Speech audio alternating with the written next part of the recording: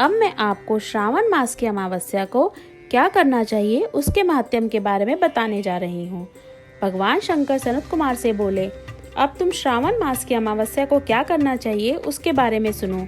मैंने बहुत समय पहले महाबली, पराक्रमी, संसार विध्वंसक, देवताओं को हराने वाले दुष्ट दैत्यों के साथ अपने वृषभ पर सवार होकर संग्राम किया था, परंतु महाबली और महापराक्रमी वृषभ ने मेरा साथ युद्ध में कभी नहीं छोड़ा। अंधकासुर दैत्य ने एक बार वृषभ के शरीर पर तीव्र आघात किया, जिससे उसके शरीर से खून बहने लगा। केवल उसके प्राणों की ही रक्षा हो पाई। इस अवस्था में जब मैं दैत्य को मारने चला तो भी उसने मेरा साथ नहीं छोड़ा। मैंने उस समय नंदीश्वर के पराक्रम को देखा कि उसने अंधकासुर दैत्य का अपने सींगों के प्रहार से वध कर डाला।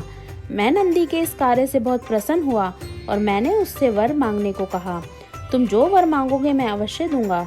नंदीश्वर बोला, मुझे कुछ नहीं चाहिए, आप मुझ पर प्रसन्न रहिए, इससे बढ़कर मेरे लिए और क्या वरदान हो सकता है।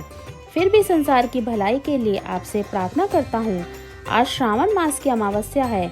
आज के दिन गौर के सहित मृतिका बैलों का पूजन और कामधेनु सदृश मेरा जन्म हो। मनुष्य भक्ति द्वारा प्रत्यक्ष गौ तथा बैलों का पूजन करें। गेरू से तथा धातुओं से उनके शरीर को सजाएं। सिंगों को सोने चांदी से मढ़ें। दोनों सिंगों में रेशमी गुच्छे बांधकर चित्र विचित्र नाना प्रकार से मिश्रित कपड़ों को पीठ पर ढककर गले में समुद्र आवाज करने वाली घंटियां बांधें। दिन में गांव के बाहर ले जाकर शाम को घर वापस ले आएं। खाली बिनोले उन्हें खाने को दें, जो ऐसा करके उनके यहाँ गोधन में वृद्धि हो। मैंने वृषभ से कहा, तुमने जो मांगा है वह सब तुमको अवश्य मिलेगा। जो वृषभ आज के दिन किसी काम में ना लगाया गया, केवल भूसा खाता हो, पानी पीता हो, उसे पोल कहते हैं। उसी नाम से आज का दिन भी पोल कहा जाएगा। आज का दिन जगत में पोला के नाम से प्रसिद्ध होगा। मनुष्य को आज के दिन सब इच्छाओं को पूर्ण करने वाले बैलों का उत्सव मनाना चाहिए। सनत कुमार जी, अब मैं तुम्हें कुशोत्पट पाटिनी कुश ग्रहण विधि बताता हूँ। श्रावण मास की अमावस्या के दिन स्नान करके पवित्र होकर कुशोत्पाटन करना चाहिए। कुश को बार बार प्रयोग करने पर भी वह शुद्ध हो जाता है। कुश, काश, यव, धुर्वा, खस, कुंदुक, गेहूं, चावल, मुंज और घास, यह कुशा के 10 भेद बताए हैं। ब्रह्मा जी द्वारा नैसर्गिक उत्पन्न दर्भ मेरे सब पापों को नष्ट करें, कल्याणकारक करें। यह मंत्र कहकर पूर्व उत्तर के बीच ईशान कोण में मुख करके ओम हुम फट मंत्र द्वारा एक ही बार कुक को उखाड़ना चाहिए। जिन कुशों में अग्रभाग सूखे ना हो और ऐसे हरे रंग के कुश देव कार्य और जपादि कर्म में, जड़ रहित कुश पितृ कार्य में रखना चाहिए।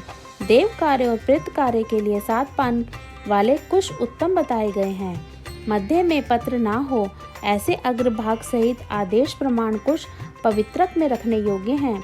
ब्राह्मण के लिए 4 कुश का पवित्रक, क्षत्रिय के लिए 3 कुश का पवित्रक, वैश्य के लिए 2 कुश का पवित्रक और शूद्र के लिए 1 कुश का पवित्रक देना चाहिए।